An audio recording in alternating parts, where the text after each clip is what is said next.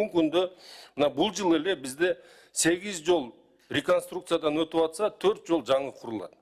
Анан ушулар жолдор курулуп, реконструкция болуп кеңейип атса, биз кайсы жагына кеңейтебиз? Элдер талап коет. Анан ошол эле азыр Чыңгыз Айтматов проспектин айтып атсаңар, ал эл дагы кече биз ушу айланма жолду бузуп, түздөп атканда алар деле колдогон да. Мына 464 объект аяктан бузулду. 464. 68 эмес, бул жанагы проспект Чыңгызда 464. Анда деле баары туура көрдү да. Аяктан мыйзамсыз болгон курулуштарды далилдедик.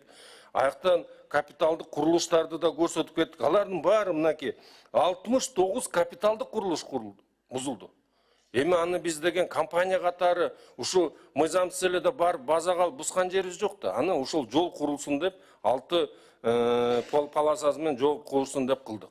Себептен да акча бар бүгүн, мүмкүнчүлүк бар, муктаждык бар, ошону куруп атабыз.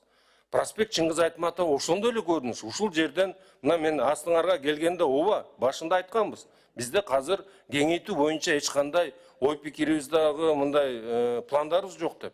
Бирок баарыбыз көрүп атабыз. Күндөн күнгө жашоо турмуш өзгөрүлүп атат. Bir эки айда эсептесек 28ден 33 миңге чейин автоунаа кириптир Бишкекке. Мына регистрациядан өтүп. Эми анын баарын кайгына батырабыз. Ошондуктан биз керек болсо бүгүнкү күндө ыкчам чечимдерди кабыл алып, жоопкерчиликти алганга даярбыз. Керек болсо пландарыбызды күндө өзгөрткөнгө даярбыз.